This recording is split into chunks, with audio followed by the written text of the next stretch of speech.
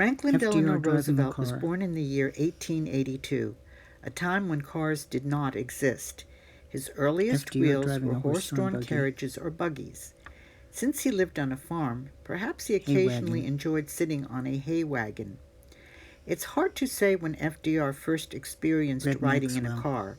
However, by 1910 he was using one as a political tool when running for his FDR first campaign political poster for office, Senate. the New York State Legislature. He rented a two-cylinder, bright red Maxwell touring car whose owner drove him around Dutchess County. Festooned with flags and bunting, it certainly frightened horses who were not used to seeing or hearing anything quite like that.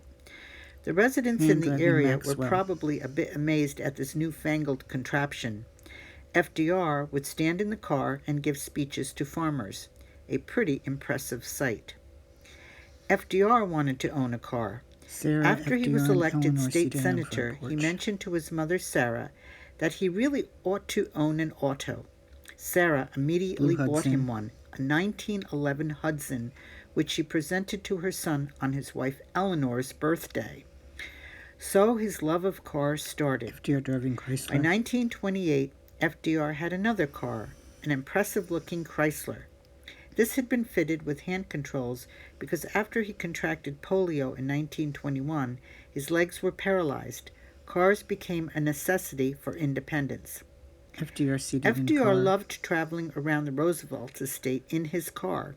He eventually had two different Ford Phaetons, always blue, his favorite car color.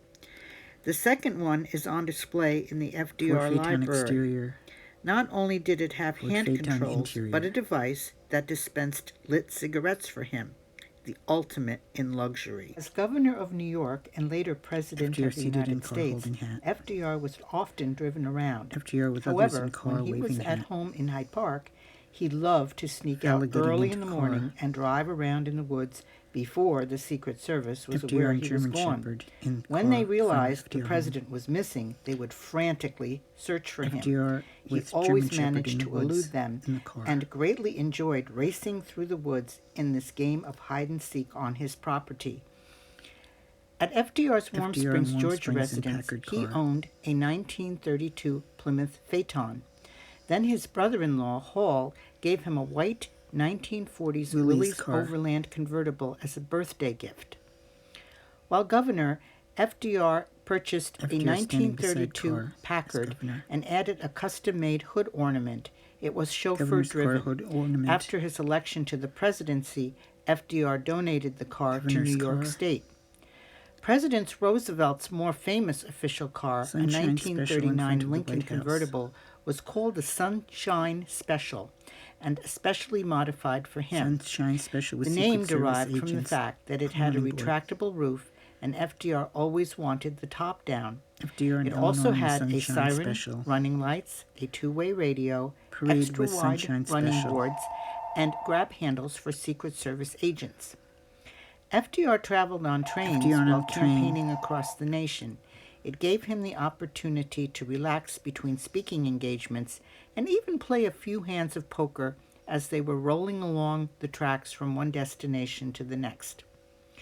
A different set of wheelchairs, enabled FDR to easily move around indoors after he contracted polio. FDR designed the wheelchairs he used, which were kitchen chairs with legs removed and wheels attached. When polio took away his ability to walk, FDR's wheels gave him mobility and independence. He loved all the wheels that provided it to him: wheelchairs, train, and especially cars. By the way, there was another Roosevelt who loved cars too. Eleanor Roosevelt in car driving.